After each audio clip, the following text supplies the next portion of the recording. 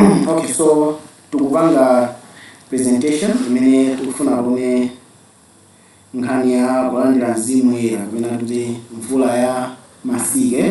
Yeah, so tikhala tikupanga study imene kuti tikukamba mvula ya masika. Alright, so kodi m'Bible limakamba zokuti za mvula ya masika, right? So mwina tisanayambe anthu otha mafunso kuti mvula ya masika ndiye chani. Tiona ndithu mavesi angapo. In the part 1, but also part 2. So, tikamamba za kulandira kwa mzimu, rozali pa Pentecost, anthu ndi mzimu ira mwamphamvu, yes, right?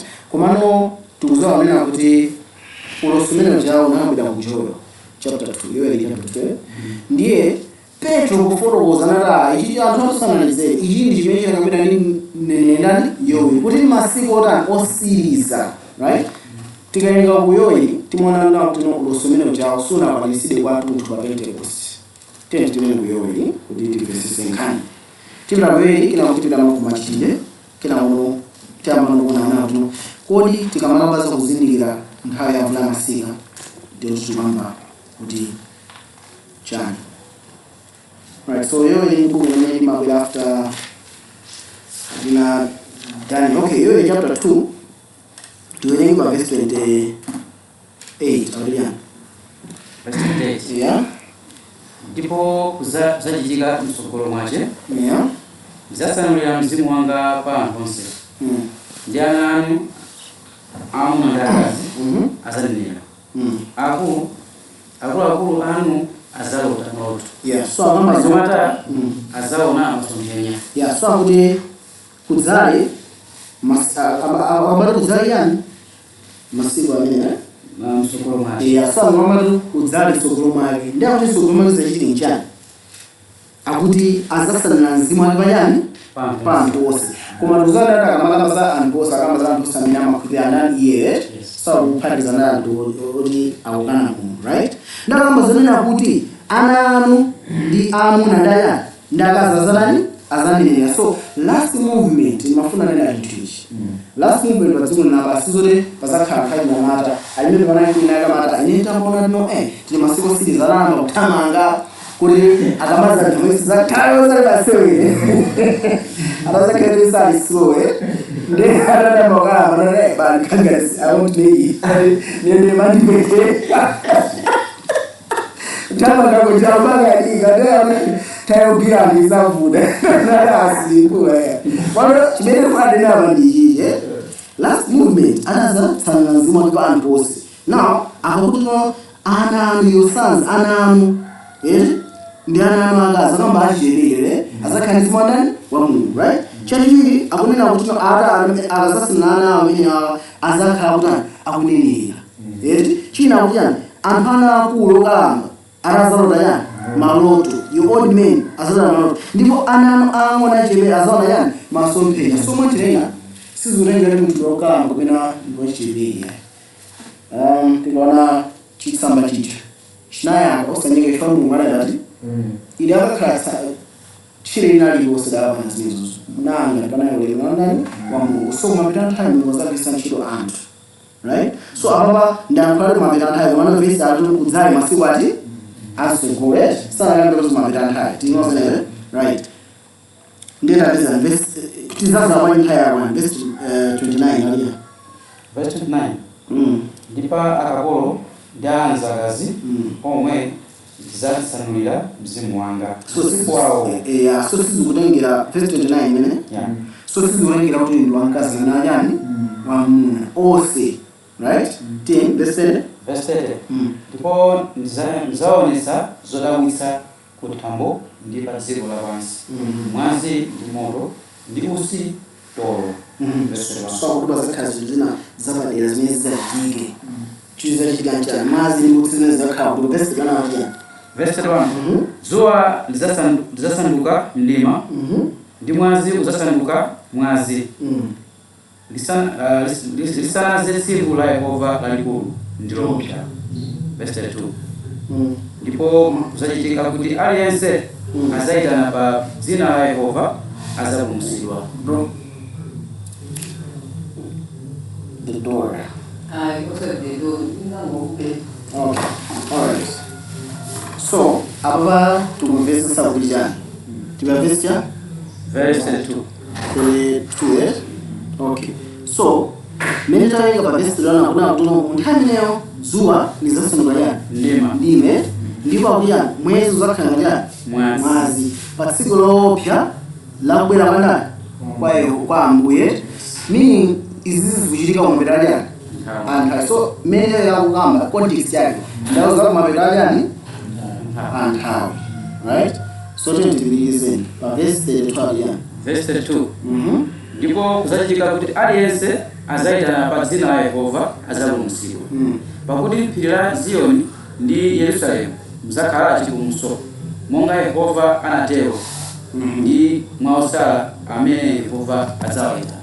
So apa kugamba zayani za osale amene Yehova azayitana ndawo kamba so za muphiri la Ziyoni. Now tikaona chifunso 12 verse 17 wala zayani za osale tikaona so za panyane pa chifunso 14 verse 1 wala za iyo amene ali muphiri la Ziyoni akamba zayani za 144,000. So context ya Yoeli ndi kumapetali and how. So Yoeli wakamba za kumapetali and how. Now ndimafuna tuone kuti verse imene inakwaniritsidwa mu nthawi ya Pentecost koma osati kwenikweni ya chifanira kuti tatene mu Machitidwe chapter 2. Okay, tikapita pa Machitidwe chapter 2 ma verses zintuzino. Machitidwe chapter 2 tapita na verse 16 ania verse 16 komatu ichi ndi chimene chinenedwa ndi mneneri Yoeli. Verse 17 ndipo kuzali masiku osiriza anena Mulungu ndidzachitira cha mzimu wansa pa thupi lililonse ndipo ana anu aamuna ndi akazi adzanenera ndipo anyamata anu azaona masomphenya ndi akulu anu azalota maloto. Verse 18 ndiponso pa akapolo anga ndi pa azakazi anga masiku awo ndidzachitira cha mzimu wanga ndipo adzanenera. So apa ndi ndani amene Petro akuyankhula ndi akuyankhula under the inspiration aloza zidanisi mwandani wa Mulungu. Tikaona pamene pa verse chapter 2 verse 1 amene anayima mozi tikamapitiriza musima amene anazidonse ndi andizimamu. So Petro anazingati chili ndicho masiku odani osiriza tinozenewe. So Petro kuti ichi chimene chichike cha masiku osiriza na unafuna nena chinthu tikamoyenga baba Yoeli imene amayankhula makamba za kuti izi zikamachitika ndi tsiku la Ambuye. Yoeli akuziponya zimapetali anthawi. Petro naye saziponya mapetali anthawi. Yeti so tuzana no ine zinakwanisa pa Pentecost. Manafunso pa Pentecost mwezi unasanduka mwezi ngati zuwa linada ai tufana nenda. So kufika pa double application mapetesa nthawi zimene zifuna zidani zichitike according to modern amu.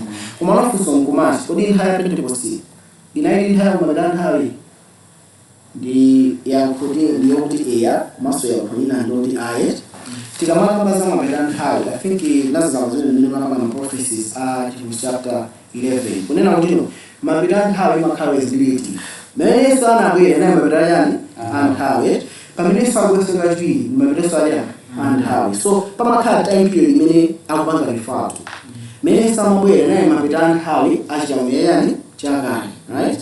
Pamene sabwera kachiri mapetali nthawi apasiba pa dziko pano. So imakhala mu context nthawi zonse. Even in 1799 mapetali anthawi oti kanyenga mukalekana kalamuli.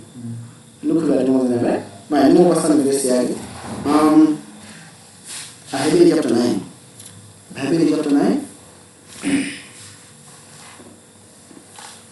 verse verse 26. Verse 26 chikatero ukada muyenera kumva zowawa kawiri kuyambira kuzika kwa dziko lapansi kamatsopano kamodzi chitsirizo cha nthawizo kuonekera kuchotsa kuchimo mwa nsembe ya iye yekha. Verse 7. Mbona manebe atakoma mapekaya nthawi za izi end of the old covenant era. Yeah, so tuzatino Yesu akubwera so iyi mapekaya nthawi ndikubera tumozenebe so mena matino masiku osiliza pele tosana bise yani manamba ndihaya ina masiku odani osiliza naturally tikamanyika zebera zawo amakubera Yesu dabwera nthawi yani nthawi actually ku Thessalonica kuna bali ka ifajimene Yesu Paulo pamenazaleya akwako Yesu sabwera so kufikira kutaika kutani kuchitike ndimo oyipa yatani aonekere ndikubera tumozenebe.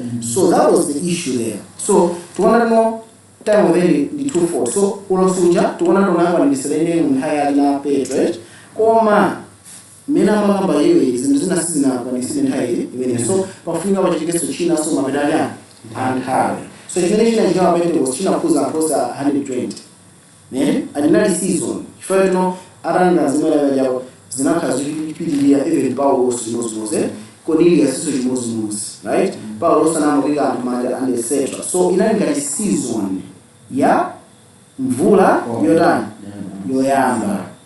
yoyamba ije ya kwa maana tuzazi mabelana kufunga Kristo season ya mvula ya masika season anhawazanga ndira ocheba mzimu hai anti onse mwajena ni mpungu osandani wa Mungu tikamanga bapinga mufika maza tudimisha kama za antu onse ameni abada somaso bana meni zimaganda wa Mungu amena nda shughuli ya Mungu, right? So tendo ni Yakobo Yakobo 5 verse 7 and 8 anaka baso za mvula yani ya masika.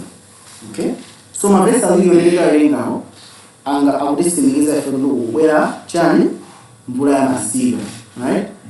Yakobo 5 verse 7 and 8. Verse 7. Hotelo leza ntima habari kufikira kuza kwa je kwa Ambuye. Yeah, ndio kuti lezi ntima kufika kuza kwa ndani kwa Ambuye. So context ndi kwela so Uganda kwa Yesu. Tonani oli mamunda alindira chipaso chofunika cha ziko ndikuleza mtima nacho kufikira chikalindira mvula ya myundo ndi masika. So mvula yamba machina mvula ya yani nyonde mvula maliza machina mvula ya masika. So mvula nyonde na chigalisi Pentecost imenena kazi kesa pinga Mungu batiko na basi ndugo zala so tenga Mungu batiko ya la basi mvula masika ikutana ibwera lecha pamene Yesu Kristo pasa mulodani kubwera tukona nene. So mvula masika ndiri kubwesa kola ningona ligabula mu chapter 14 amatijani amati izi ndizoyamba chani kuja the first fruits tutowana nene. Yeah, so meaning to say no tikaona mu chapter 14 amakapaso za kola ndipo alingere na nabwera ndifura no waya mene singara asenge yani ziko la basi mu chapter 14. So says zuchika no mvula ya masika yatani yagwa ndikufuga timoza kwa yeah. So mabidan tikamameza presentation mundumbuse ndilambeza osala maso ndilambeza za wena bazima ndio naga ndubuse ndikamata atamaliza kwa nini wa right.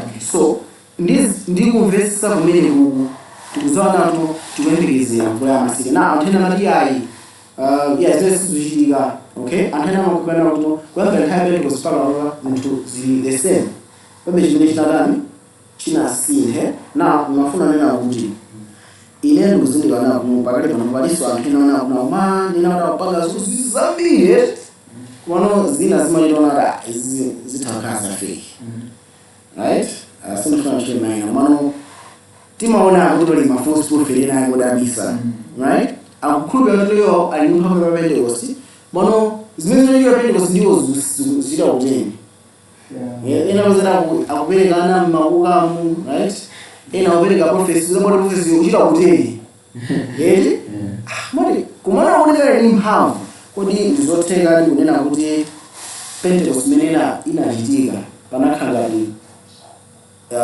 the power that was there nakhala ndi ambuye pang'ono kodi zimene zinachitika right tufika tivesese ifatino ngati silivesesa imene ndeti titakhala no silikuvesa ndilo ndina now mafuna nala nthu mutakhala Mzimu Woyera amakhala no wasindikizidwa right amakhala munthu yo ndi wake wa Mulungu pamene munthu andayani Mzimu Woyera tione mavesi angapa Paulo Efeso chapter 1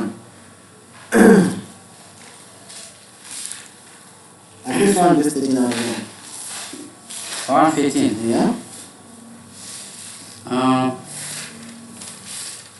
mwaye inunso mutamva mawu achonadi uthenga wabwino wa chipulumutso chanu ndi kukhulupirira iye munasindikizidwa chizindikiro cha Mzimu Woyera walonjezwamo. So akutisha amene wako ife titakhulupirira titamva mawu achonadi soyebali mawu achonadi uthenga wa chipulumutso titakhulupirira chomwe tolandira tusindikizidwa ndi Mzimu Woyera walonjezwamo. So tikuona nawo tunopala ozama Ephesians makosa iliyo mwasindikizidwa ndi Mzimu Woyera.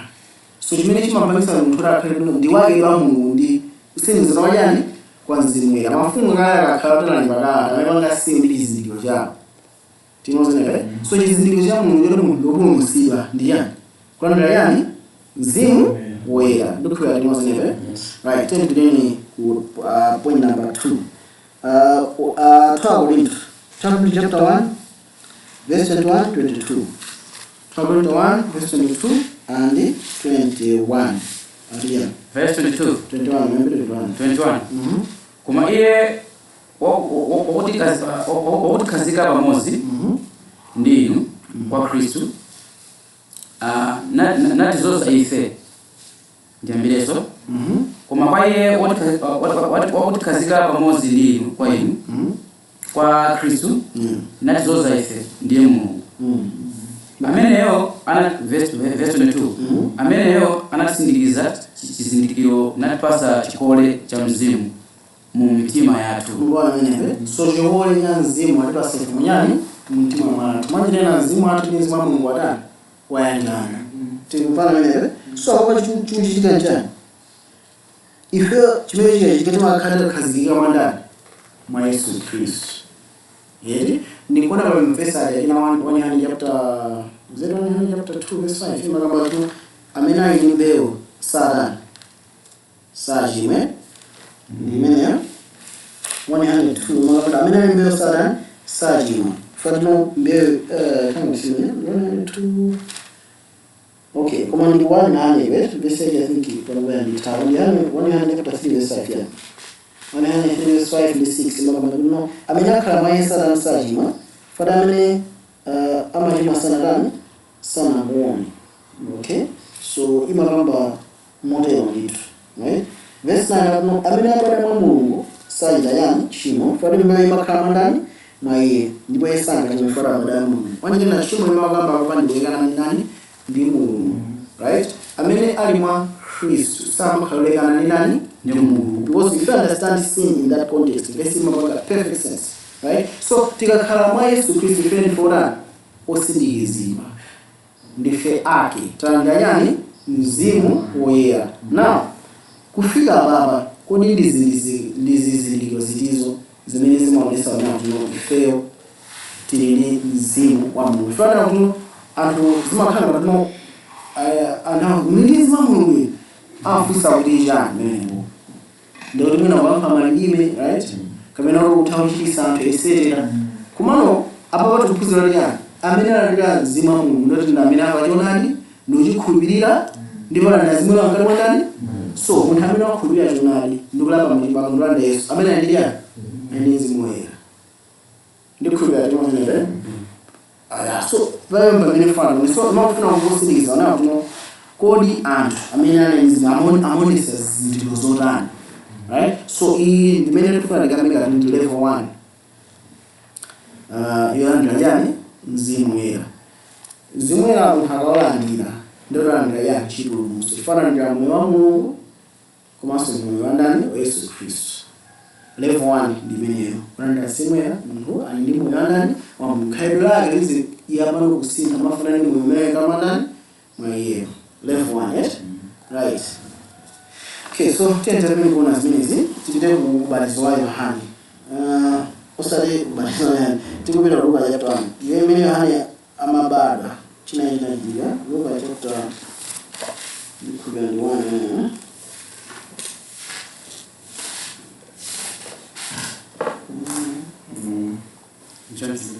Yeah, Luka chapter 1.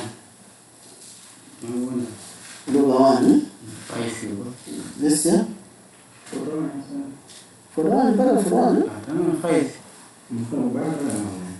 Kubada wali mina mamuza. Okay, Luka 1 verse 45 yeah. Verse 45. So agamba za ndani. Agamba za Yohani. Tena verse 44 mpaka 41. Okay. Verse 40. Nao nyumba ya Zakaria na mkula Elizabeth. Ndipo tayari Luka chapter 1. Makosa Luka 1 verse 13. Ndaba mwisogani. Luka 1 verse 13. Verse 13. Komangero anatwa iye. Usope Zakaria chifukwa kuti lamveka pempho lako. Ndipo mkazi wako azakubalira mwana wa mwamuna. Ndipo uzamutcha zina ate Yohane. Verse 14. Yeah, tokona nebe. So uzamutcha zina lako mwana wa Yohane verse 15. Verse 14. 15. Pakuti iye azakhala wamkulu pamaso pa Ambuye. Ndipo sazachimwa konse vinyo kapena kachasu. Nazazidwa ndi mzimu woyera. Kuyambira asanabadwe verse 16. So kuyambira asanabadwe mimba mama yake na fusolana ndira kuti Yohana anachita zozo zingati. Anakhala malime. Analibe kulimana akile. Koma mama na mayankula. Amakhala mawuti atantha amachoka mmatalo ngotakalani akamuke. Tinozere so tikaona zimene anapanga anachita ntchito ikulu imene inakonzesera njira kuti Yesu Kristu atani abwere kuti anthu aonani amukhulupirire. Tinozere so kulandira zimwera mission amene amayankhula Yohane even Herod samafuna kumupha kuti atamugwira anamusunga. Fana mazali mumphamu fana amene amayankhula even Herod amaona kuti atani amapha mawuti na mabwera stress kwa hiyo satangira ni mfumu soya. Look at that. And the Bible models the funo Yohane anabwera munzimu ni mphamvu ya ndani.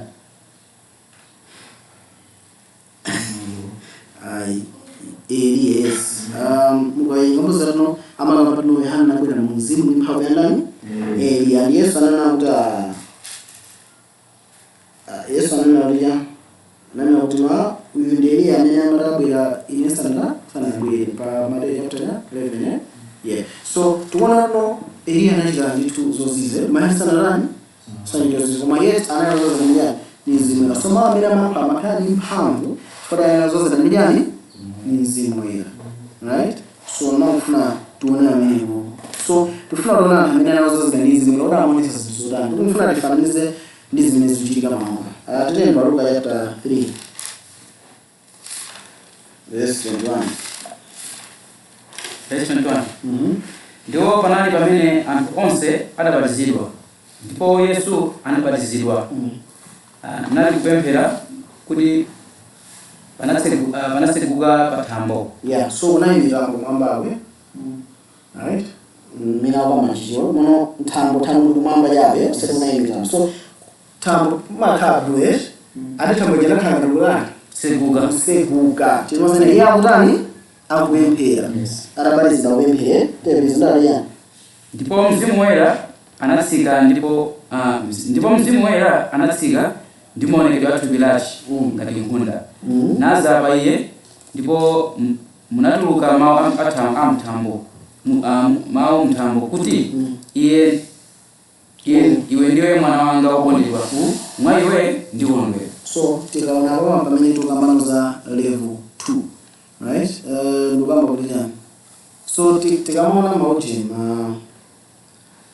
kuzazida kwanzi mwere pali malevels awiri na kusanga ndio kuti Yesu anababe timozepe ali kuti ku time akuyenda nditu akufika kuwa Kuona tikapita ku Yohane chapter 2 amagamba zino chozizo yambe sana panga neya macho sana ya vinye now fursa ranga ni alinza 12 kunali kantu mundu alinza 14 nanto amenya mabala alinza sitantu sama mwalira Yesu amajisi kifaya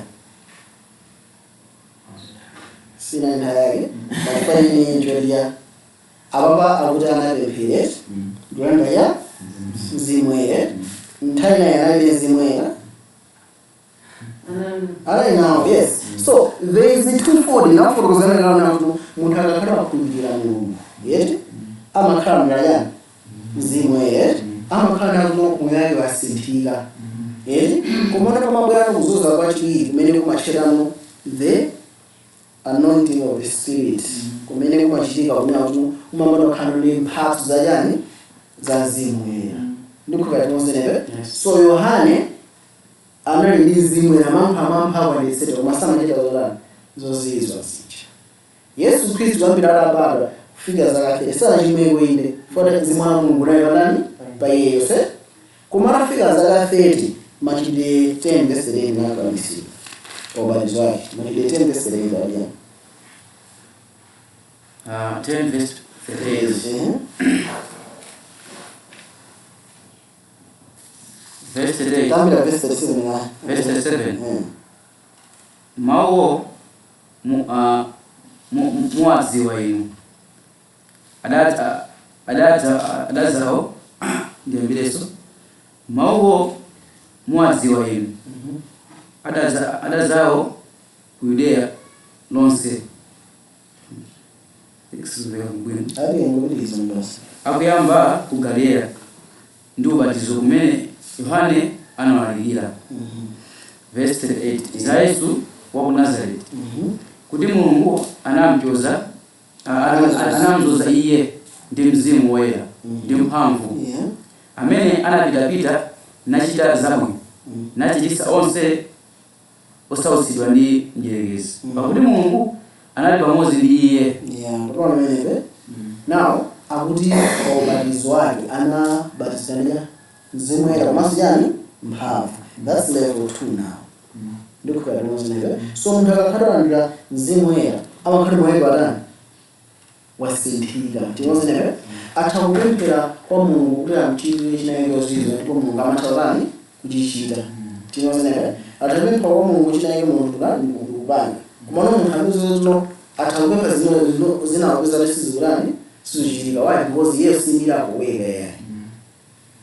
ndiko kwa mkusanya ise mamiracles zote zitapempera kwa Mungu ngazichita inde koma waizere nthawi ngabemphera imzere sijuitika mpempera kudwala kwamalira wina ndi mpempera achire it was munamena uchita nani chosizatu kwano pa Pentecost kwa Yesu Kristo aramubatizire posata Pentecost ngababe koma ro kubatizwa aramubatizira Yesu Kristo anazo zidashiri zimwera komanso ndiyani mphamvu level 2 na nditolesa minanga mpempera sabemsa sabweyo no azongwana declare chira mawa kuchisa nawo wasangamira kuweka ndikubera tunazene abende ma level 2 ndikubera siyanisa zituze so when Pentecost ni njani pa Pentecost nani ngati level 2 ya ndani ya opuzira tokunga Yesu Kristo anabasa mpave ozalipira mgana mwali anachita sanga anhajabatena is the one level is madivera kuma kuzwa Yesu Kristo atapita kuphiri ndipita James yako akusika anamzana anakani opepera jani muntu ndana za kuti nosa kuyafika ndumba lele ndete kubono ndaja Yesu ali mubwato akuumiza anachita maka even ndaja alala ku akula jana ndicho andache abo sana thabwa abwaro ana arotembera nazere Yesu asala ndi muntu uja wamisala uje ali uta uveki so anaulisa anafika pale level 2 right kuma pavente kusene njanja anafika level 2 the anointing of the spirit inafika kudeliver nchituzi yake chimadani chinachidisa andichikaika kuti sana pese munthu mmodzi ina amene anayakanika kupemphera ndani ndi kuchira ndikhoza kusiyana zinthu so tikutha kuona kuno level 1 Yesu anali naye kwambira atabala mpaka chani zaka 30. Level 2 kwambira pajani pa ubatizo wake kufika jani mina malengo dauda kuphera etc. Ipanta njina njinga chanesa na bisa muungana kisha zimwale banali muungana bandisi ya jene zinkanya siri na kama tutakusia sizo na life usipojeka for tulize. So level 2 imene masizo zawili iyo ya kama inaandika baya Pentecoste iyo ya kama mtaya mabere so mtaya mabere zonale imagawi wali Pentecoste no mtaya mabere mtaya old covenant komaso yakoba kuteria kumabere saya anta Yesu akamagwira right. So nkhani mini kumabere ntaya tufika tiendegeze kunena tanhamu ngonaso andilaso level 2 kakana tunokula yani amasida. So level 2 nako yakatula nyondo kera kwa chifanya nono kutayika kunachitika pakati pathu. Level 1 inakhangalira ya kulilaso kumana mabere ntaya patuyengezana level 2 jekutani ibizisi kumapa mbali kamene kuno pazililaso njine sana kamba zinozakhani ni arani onyenga ndisecho kumene sizuyosa kudana hamu mazakhani yani nizimanya ndiko batimazene. So panopa zimene zimachitika zinano anhamafika pale kuti alibe nazo ntchito kuti munthu akalika chani bwa ngarabona level 2 basi ndele mali mawanyirisira kumano that's sizimaenda yonje tikaona amina mazalenzi mamungu amonesera ulemu Yesu zazilane zimoya Yesu amanuka malimu chifanya antosana yaje kujaga mina mwana timozana kumano ba Pentecost ananuka malimu ngati chifanya panala ya Yuda amina nashuka maiko sana kubera kuti so mafunga yawe utenga ndikusingiza roho ili chimene Mungu akudani akujita. So mamera kuzama chitana chimozi ama koga chidi yana tulambe yani utenga na kungo banga mamera kuzifodeseko kumira kundijani mina ntaukana mbanga criticize mande change bilemba Yohana chapter 2 Yesu sama mbanga mbera kufika yamira kwa Yohana chapter 2 bifiyemo ufiyamo verse 23 aria wana verse 23 kwa mene anali Yerusalemu papasa bapando ambiri anakulubirira zina lake bakona zinthu zache zimene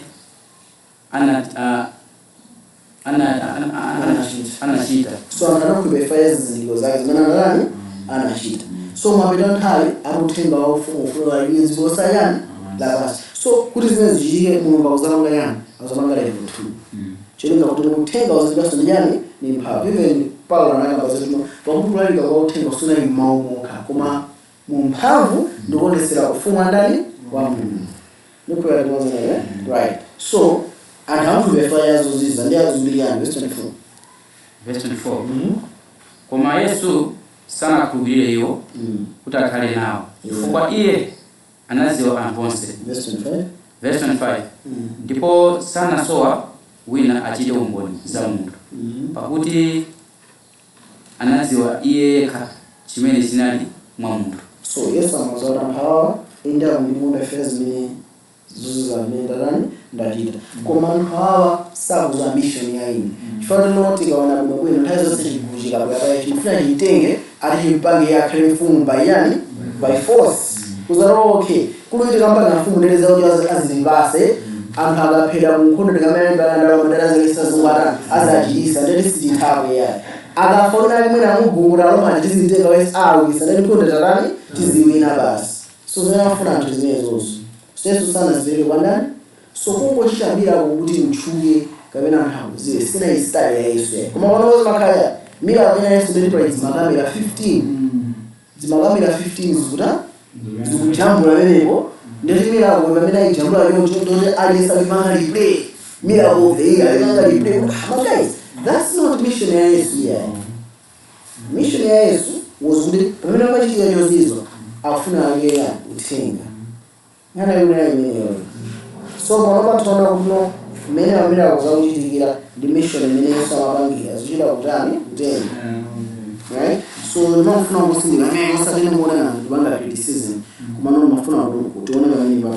Now chinthu china chimene chimaphatikana ndi level 2 ndi ichi. Makamba zote panopa anthu anafika kudali naso ntchito kuti munthu unene amapanga nyani. Pana ine mina asikumbano anaweza na kutumia kufoza na sengazo wemba na kazo lili. Right? So chini na cha zabezea sunali yeye for zaka zinjaro nthawi na nene, right? Anaweza ndo akona naso ni kazi vinaso wamuza ndo kwatika pala zaka zinjaro kudusa osangwatina nikazo yanalusa analenga ma DM zose vaika pa social media panga video cha wana amwe koma ntugaliza la sabira mpingo wake sanga si why akona zozizo mbona mwenyewe. So zimakazi jezoni na kuzola kwesa kuna ngosa awana akakaidi ni Mungu. So zilizwe zimakazi na so anahawa zimanyika njani mina mafika pale hivyo tu. Tutileba Majili chapter 3:2 chimene china kazi kisa na kwa aininzi mwa Mungu ya Majili chapter 2 verse 1 ndi 2 yani verse 1. Ndipo kufika siku la Pentecost analosi pamozi pamalo amozi. So analosi pamozi mala ngati anayewa ngati 120 amwe 120 simasere pankana na pamozi wote pamozi milango ya mbojilika kusimama na mbojilika kuma 120 pamozi amwe anayewa ngati pamozi mchizwalewe in one accord naye mchana naye mungizana. That's one thing you want to characterize level 2. Yeah? Tabana wenyewe China amamanga njani chimene chama characterize level 2 tifike pa verse 15 alia verse 15 taima verse 14 koma Petro chapter 1 verse 14 sorry tubwera chapter 1 verse 14 anaweza kwa Yesu anajapenda Yesu ya magari ile cha zimwe ya level 2 mwenye Majili 1 verse 14 alia koma Petro anayemeye pamozi ndi 10 ndi mozi. Majili 1 verse 14 simia sorry 1 verse 14 yeah verse 14 yeah iwo onse ananotangalika nkupemphera pamozi ndi akazi ndi Maria amachi wa Yesu ndi abale ake omwe. Verse 15 yeah we are verse 16 so anali mu kupemphera 1 yes 10 verse 16 amuna inu abale kuyenera kuti lemba likwanisidwe limene Mzimu Woyera anayamba kunena mwa nkamwa mwa David za Yese okhala msogolero wa iwo adagwira Yesu. Verse 17 asema so ankuachina mapanga china kusama kupemphera mwa makazi naso pamanda ina movement ina based on the word of God. Usati movement yokuti izikhala no Mungu ibe ntchito no. So Pentecost was characterized in the Mungu. Actually, zimene wanga study ndi zonse zokhuza ndani Yesu Kristu. Tinoona yes Yesu atauka. Akupita kwa Emmaus. Anakandana na mausana ajaja. Mawa yani amu. Sana ile Yesu alina hiyo sasa. Anakazika kwa Mungu kwa foroza za zote zambira kaya Mose kugusa mchira Mungu yose kama zanda za Yesu the movement hiyo mabidata izaka 100% kwa Mungu. Izaka sana ni Mungu yeah. Right? So could you elaborate the Jehudi is characterized? What do you mean? Okay, mafuna ni yonje. Panova antuma panga tu na presentation yano. Mungu awanga zote zaidi. Mano agususa na nizi mlima amanina. Kujina na babande abande umuntu no cyangwa mukiki sabu ya mwana jina abande zo sema. Ngari kuri nage amanara ndi professor amanena kuno antodi sana kwa nini ngo kuna nasishimwe. yes Mimi feel so sad semene. Mwana besene. Amenyo unataka ngozi za Jordani. Zilira wa Islam nduyu ndi neno nyinga nasi. Mazungumzo mafuna nini bwana. Mwana besene. So mundu akuzoze na nini zima Mungu akufunika kutono mu ministry yake. ikhale based pamambo pasamakhaizi mzoti zichita kusemphana indezi maera atinaita khabo apo ndiyawe ndikupereka chitsanzo ya Yohane kuti ndiye iyeyu kapena tiyembekezere wina komata anaita anthu achita tonani Yesu anachizira kamuze nehani mwenye nzinamu mwenye mpikisata kukhulire ataulandira correction yes true komana siku kamba zindoto uchita kunata mambo ngalipie uchita kupita 180 kumapita mali naye mambo kupita so now ufuna ngolimbisa kuti movement ili 100% of the way and actually makosa nawo amapanga code way tikaona mabara za pale sana no izi zimene zabira handle ya yule ama verses awai anayopanga study zote zokuza ndani utumishi wa Yesu alizomwe zimene zili afterwards even tikaona Matthew chapter 3 atachiza mtu je paja haya Musa na nzarumisa ni mwanga ndani Deuteronomy 18:18 Petro anachana na niambie ndani ndi Yesu yamene mamembekeza anali hata verses of the way that way does not right so tivesa na movement panova kwambiri imene way yake ndo dabisa kwambiri nzambi zimakhaza anti God anti Bible what is this on this is right so chimene mafuna nina ndichi chinthu chikulu kuposa zoziza zonse ndichi alhamdulillah zakhandishi bonke tayengana okay 100 yani 148 nayo ngakayima kabajani Mungu ndiye chibonde yes 148 now Yohane 13 okay Yohane 13 verse 34 35 Yohane 13 verse 34 35 Adrian verse 34 oya pepani naiwala furuza mtine ni mafuruza na mpanova anhamu ndonena kuti hata umakhala ndi ma errors here and there because sanafike ba level 2 kuno level 2 gazakhala yafika ma gifts osama bizinesele gift ya prophecy yokuziza zose zimakhala zibala ba hamu so mutenda atakali yainde mwana wa Mungu everything will be set understand china so the level 2 kama zibwera ndinajama watu kama suna ya chinyengo meaning to say subaka era ina yose kuma manomba before it ya bakabe na era ziandea mambo mengi bwana sisa Yesu sizilana zifufutie ya fusana ndimene kufotokozera mu malinga ya ndimene anthu 144,000 pepani kuna kuti amafotokoza amene amoneka ndiye maera mukwa tikukambira napawo sakukuza kuna kuti si anthu achakufotokoza kuna kuti anali oyera kupanda banka usanga chimweko ndiye umunthu umene tikuva si most timamvona kuti kapena anthu si ngatezi zachika bali yes okay alright munati okay nimufuza ina ni bwera kwangu okay okay afusa mvula yangu ina ni project yangu inabera pa mwezi ina season inabera kali at the same time okay kuda anania ni at the same time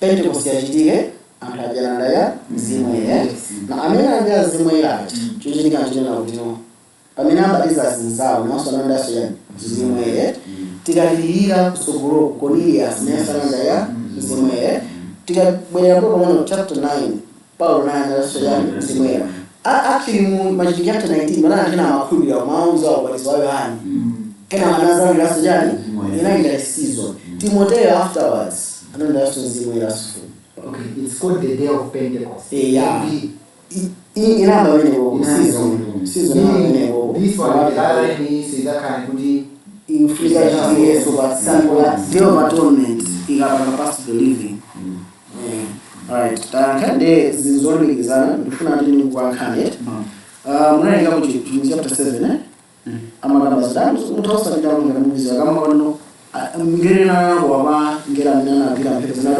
musaife ya zigo mtunda ndinyanje kufika na sinzizira anabola tutanyana kwa kuziba right zile zilitano za wale chipacharaonato chizindikiro cha mundi zima mukhala ndani maife machitana zima ngada Mungu ibana pamodzi mtima wanga asinthike komana awa akulengeza chizindikiro cha Mungu kwati pampumi pamene munthu asinthika kuti asomoswa mthupa kuti akhala kumene malingana kamakaya omwe ati ndatunaliza 74 kanopita kuti chizimakhala ndi zomwezo kana unkachiteze zoyipa zimakhala kuti mmene momwe right thupi lako makhala kumene kwa ntchito yasintha kwambiri ndi yani mzimu wako asinthike. So zima wasinthika ndio khaira kuyamba kumbika uzera manyani mwazimu moja kuma memories ajaribu mpobe kuti uchime kuzoziona mina umomo watusema uzera bali wa manage right.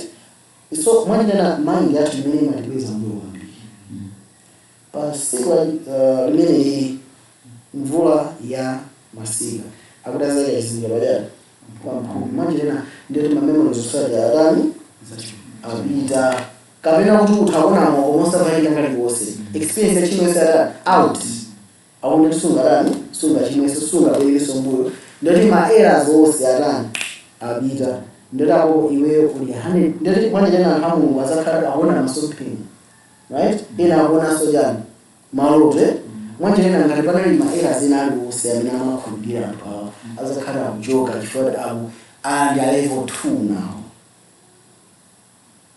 Look at that kid, no small kid, yeah. How many is that? Yeah, not verse. Yeah, Yohana chapter 13. 13 verse 34. Verse 34. Yeah. Ndikupasa nino lamulo la tsopano kuti mukondane wina ndi mnzace monga ndakonda inu kuti inunso mukonde wina ndi mnzace. Ine ndema ndisakasa kwambiri. Verse 35 anya. Verse 35. Yeah. Mwa ichi azazindikira onse kuti muli akuphunzira anga. Yeah. Ngati muli nacho chikondano wina ndi mnzace. Pamenepo. So the main sign you are having now kumabiranga. Asakhakonda ndia na ndizake. Paul anakambia zose zabita kumachikoti zalani izasala. So nkhani ya miracles zimene zachitike pamene pastor zikazabisisire bana Mungu at the end of time just njani chiboni zakasu zibani bombo. That's the one sign imene zachitike. One sign cool. Chifukwa ina ndo okay mwina tibidilize Ndivesese now. okay As this my sayings are whether after this level 2 okay. or they're coming before. Okay, mfuse. We are carbonate, because I am a political correct here. Yes, we want to Yes. right? Okay, mfuse now. Ungaonelesi, ungaonelwa ligoro ila ndi muhambo. Ungamata ni masiza kumonela. Aye. Okay, ningo na para prophet na ya apostolic church na. Ungata ni muonela. Chifanya. That Ya kumandi ndani ame ni Christ, yes. Ani pesa no mtanoze. But among the Christians are sanami. Baba carry resistance. Ile matabo na leso ndibinazo bude. Fale I believe to no mamu ngwanye. Ndigawana kitu not all separate is high. Is okay. Ndakuzana right? Mano umakabili resistance. Mutaba ngere aine na apostle unoza. Oh mutaba as long as you say I Jesus Father Lord. I wonder you know. So why is that? Chifade tinazi ya denominations osena siya. Mano besene titawukhala nose pamozi kwamanga defend Christ mina asina mochi banga atake koma tinangode mina samu kufuna join Christian no banga atake wele that one the last movie is as a can rule love be there in the banga and the true Christians I think you might remember the Christian you know at the end of time those that are not under one shepherd amina Yesu Kristo zakati zose ni mumozi ametuombera Yesu tubiso ningani limozo sale zakaso da register church ina no the true Christians will be persecuted or zakana limozo yeah I don't know around here apart that before what is that is that the spirit or this level 2 ndiye level 2 yeah izazichitika level 2 kuya lonje panopa zimathachitika komano zimakhala pasho in the sense kuti panopa nthamira tithawu tikukondane monolese munthu ali group ina pamakhala resistance inake yovutirabe yeah tiyena Mwene msalisebe kunje. so yangu yakhala Njira ina ndikuti love ni ipo pano ndimira kale content yangu zakhala full scope. yes family it is akhala mo ya divine Yeah.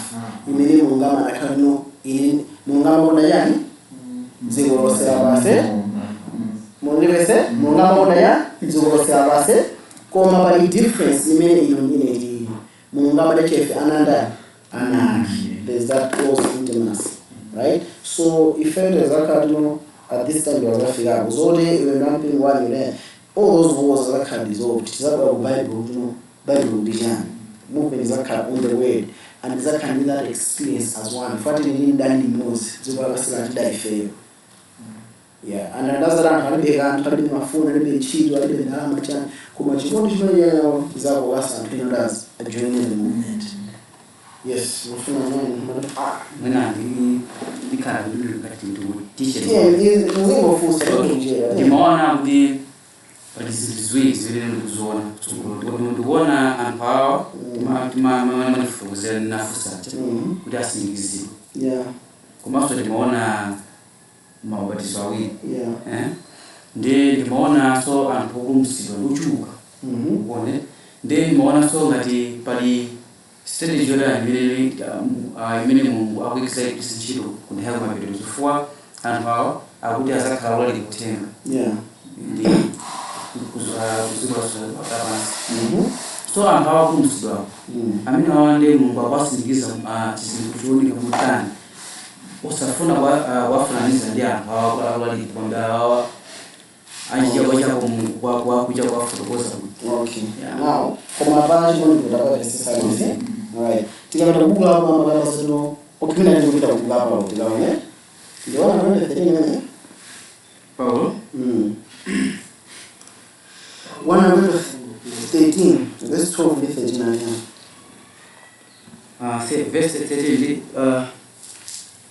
113 verse 12 13 13 verse 8 and 13 verse 11 verse 8 chikondi 113 verse 18 alia chikondi sichita nthawi zonse mwana chikondi sichita yani apa Paulo mina kulemba izali under still level 2 panyama apostles nthawi level 2 yes right here ndani chikondi sichita nthawi zonse koma kapena zonenera zikakhala chabe kapena malilime azaleka kapena mzeru izakhala chabe mbona menene aliso zafi yote zadani zate kuma chikondi sizadani sizaleka tayari ngamba verse 12 alia verse 12 pakuti tsopano tipenya ngalilole ngati chimbuzi koma pomwepo maso ndi maso tsopano ndizindikira ndera pomwepo ndizindikirira monga ndazindikiriridwa so kama zobwera kwa ndani kwa china chake tayari verse 13 alia verse 13 ndipo tsopano zisala chikhulupiriro ndiye chiyembekezo chikondi zitatu izi koma chachikulu ndicho chikondi so mafuna nuna chinthu mvula masika ikazabwera izakhala season izakhala season kufikira nthawi imene munthu omalizira yani mthenga tinozinebe so chimene chizasali chimene chizaonesa umumu ndi yani chikondi mpaka kumapita yani anthawi because that's the issue so but verse nake ndikufuna kwambiri tione Kuonekana kuti madisciples anali ndi level 2. yeah after Pentecost chifukwa Paulo akuoneka kuti One Corinthians 13 verse 10 wana Korinto so tinayo verse 8 verse 10 aliana verse 13 13 verse 10 13 verse 10 okay 13 verse 10 aliana 10 13 verse 10 yeah akuti koma pamene changwiro chafika tsono chamdeyandera chikhalirabe verse 11 pamene but when that which is perfect is come, then that which is in part shall be done away. Now, alangazama ni narazara azasiye ulosuzara uzasiyase ndio mabedo antawe alambazo no says zase kumachiko dizara zakara. Now, kusanga when that which is perfect neyan mama meninga kisa in place of perfect neyan good kabina love kabina yani holy. Yes, so no vanyo leza I believe we are almost there, right? Igariamba people antazaka banga prophesy miracles etc. Kutata akugina kudambe yani tenga ala kubirira no so ndaso yani mvulanyi lweje tinozebe koma chintu chimodzi mene chiri chikukosa sozindenya chikondi iwe chiri yana perfect tinozebe useka chitezo kwachitika chizachikenja izi zabirira ngati chimeza selengia chikondi basi. So that's the most perfect thing. Kwa Mungu chipo mambo obenjeji chimene yosha. Because it means that ufumwa Mungu zakhala ngombe wazungu ngajani na basi. Right? Now, muna ngikopeleka verse maliza ngizoni haidea tu. Kumano nipeleke verse maliza for the studies ngiyezera so ine. Okay, muna ndibaliza yangu ndideni. Tete ni chapter 11. Verse ya 3 before yeah. So verse 24. So 11 verse 3 before. Yeah. Verse 3. Ndipo ndizalamulira umboniza ndipo ndizalamulira mbonizanga ziwiri. Yeah. Ndipo ndizanena masiku zikwi chimodzi. Ndizanena masiku zikwi chimodzi ndi mazana awiri. Mphamvu makumi asanu ndi limodzi. So the message mena banga I think conference unalibe I think the rest of my business mangani na to munchizongo inga federal science ngasio ambazo kulamulira munchizongo and I will give power unto my witnesses. Maona nyewe and I will give power but Yesu Kristo anaba zinandi zimwera mwaso yani ni mphamvu. So power kamba inde kwelo yani wanzimu na ngarukuberera wanzimu ndere zimu wanakanga lino level 2 yanakanga ndani ya bwera mbulu. So mabera ntamene chiro kumalizika ndere mboneza mu sinaza ndere yani mphamvu. Now aroza ni mboneza jana when verse 4 yani verse 4 izo ndizo mitengo iwiri ya stona ndi zoika bonyali ziwiri zakuima pamaso pa Ambuye wazikula pansi. So mboni ziwiri zizumbira mitengo ile yani ya Zidona. Tekapita Zekaria chapter 4. Mboni ziwiri za Zidona. Imambi ya Zekaria kumaso Yosha. Kosa Yosha antaya musima. Yosha antaya Zerubabel. So zimambira tayo ya Zekaria. Zimambira Zerubabel manayi governor. Osati Zekaria, sorry. Zimambira Zerubabel manayi governor. Kumaso zimambira Yosha. Wansembe. Awa anayauza zineminyani nzima Mungu. Chifada mtengo wa Zidona masuzani mafuta. Ila mwenye zino wajani wa Mungu. You understand in the Zekaria. So zimambira Zekaria. Now, awamba zino amboni zili zi mijengo ili azidona. Mwaso mboni zili za wamba zilo ndi yani nyali zingati ziwili. Tikapita chapter 1 akutuza yafiru nyali zisanduzi manja mwa Yesu zumila ya mipingo isanini ngati ndi iwili. So nyali ziwili zumila mipingo ngati iwili kumapita yani antawo. Uma does it mean literally mipingo iwili ayi. Why mipingo iwili? Chifano akamba za mboni zingati ziwili.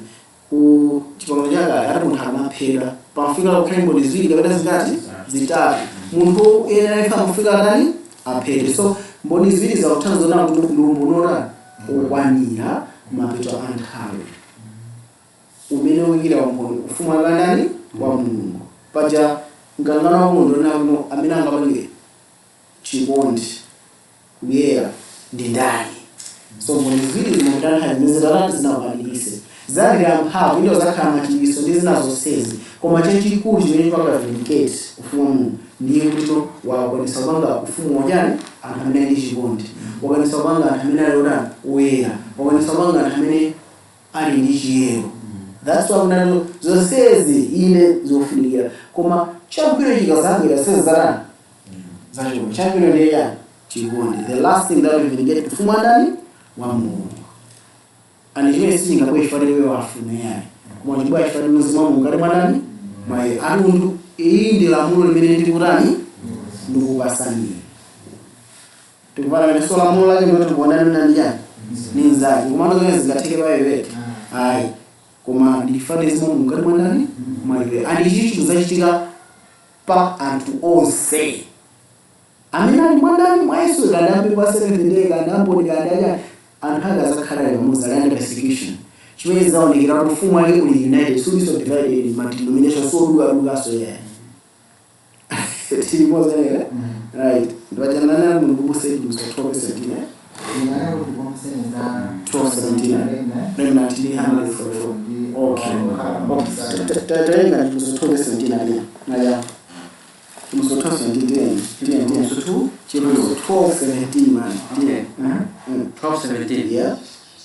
Kuti ndipo chinjoka chinakwiya ndi mkazi ndichoka kunka kuchita nkhondo ndi osala ambewu yachi amene asunga malamulo a Mulungu nakhala nawo umboni wa Yesu. So you are asunga malamulo a Mulungu kana umboni wa Yesu.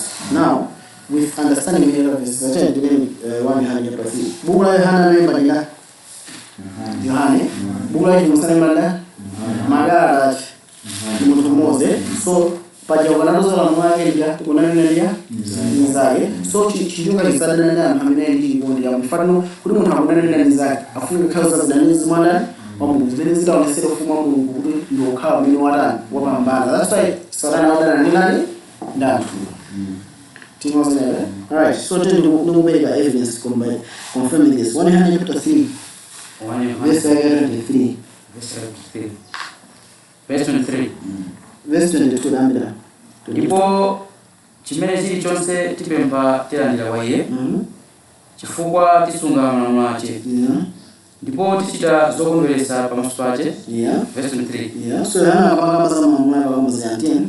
Ndipo lamulo lake ndi ili kuti tikhulupirire zina mwana wake Yesu Khristu ndikukondana wina ndi mnzake monga anatilamulira.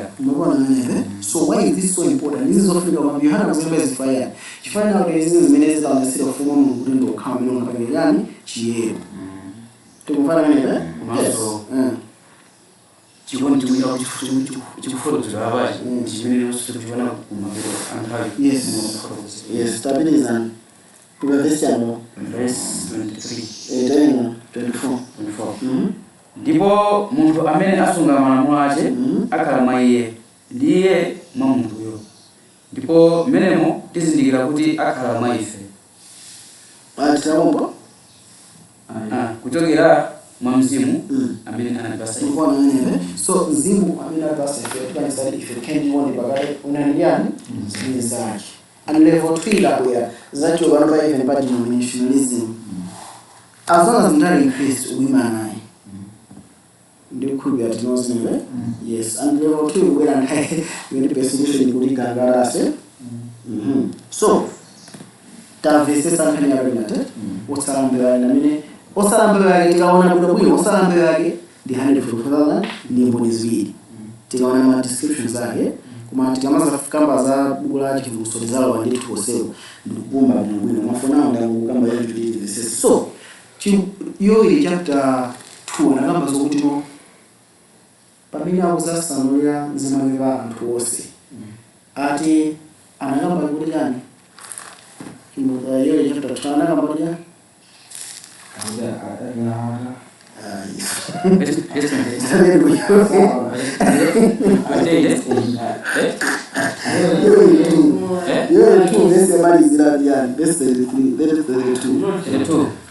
ndipo kusachitika kuti aliyense azaitana pasina la Yehova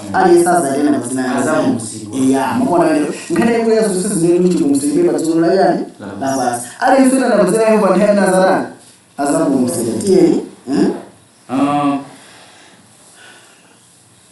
azalumso pakuti phiri la Ziyoni ndi Yerusalemu muzakhala chipulumutso. so chipulumutso phiri la Ziyoni ndi Yerusalemu monga Yehova anatero ndi mwa osala amene Yehova adzawayitana. osala yapa chipulumutso aja ndi ababa isi tukubala ile so osala mbele ya isi denomination ndi magana fatiro osala mbele ya ndio mwitanyani anthawi osala mbele andi Yohana Rosalema magida ate akona ndi yani ni zachitika manje alinevutua kuti ndiyowe right na osala mbele amene tiabangeta ndi yani akamba kuti amene alichipulumutsa khamiro sembulu phiraya la Ziyoni chinthu chofundira pesa na madiyani ndipo naona 144 akuyima paphiraya la Ziyoni okhaso mwana yani wamkhosa okhala mpumbi wa olembera dzina la Atate so tawapanga tayima groups osatatu otsala 244 using that verse ndivanga sotayini ndi mbonizini madiyani anthawi so chachikulu pazonsezi ndi chani chikondi cha Mulungu kuonesera kudzera mandani mwana pake moizeteme yes kuti khalira Mulungu kuonesere konse ikufunika ndithu gulu la anthu pamodzi osakhala zanyani zimwaleke tuli ngati limodzi ndipo nzeru za Mulungu zizaonekera kudzera mandani mwa mpingo wake. Amen. Right. That. Amen.